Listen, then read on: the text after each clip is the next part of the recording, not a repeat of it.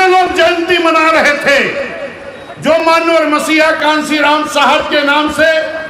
उनके सम्मान में जो बहन जी ने जिला बनाया था मंडल अलीगढ़ में मानवर कांसीराम साहब नगर, जिन दल के लोगों को मानवर साहब के नाम से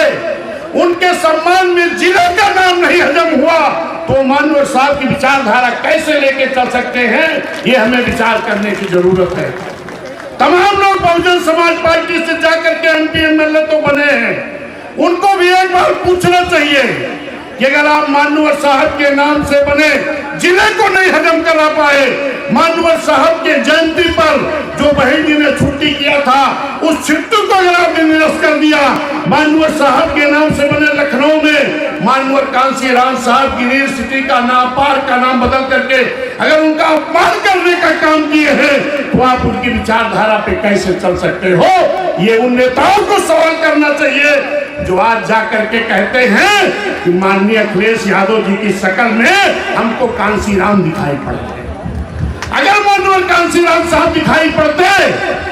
तो मानवर कांसीराम साहब के नाम से जिले नहीं बदले जाते, छत्रपति साहू जी महाराज के नाम से जिले नहीं बदले जाते, संत रविदास के नाम से जिला बदल करके भदोही नहीं किया जाता, रमाबाई नगर जिला बदल करके कानपुर नगर नहीं किया जाता, पंचशील नगर जिला बदल करके संभल नहीं किया जाता, भीम नगर का नाम बदल करके संभल नहीं किया जाता। हे मेरे सम्मानित साथियों, ये भाषण नहीं है, ये सच्चाई है जो मैं आपके सामने बता रहा हूं। आज जो लोग कह रहे हैं हम मानवर कांसीराम साहब के चेले हैं, हम मानवर साहब को गुरु मानते हैं, अगर आप मानवर मसीहा, बहुजन समाज पार्टी का गठन किसने किया? बहुजन समाज पार्टी का गठन किसने किया? मानवर मसीहा कांसीराम साहब।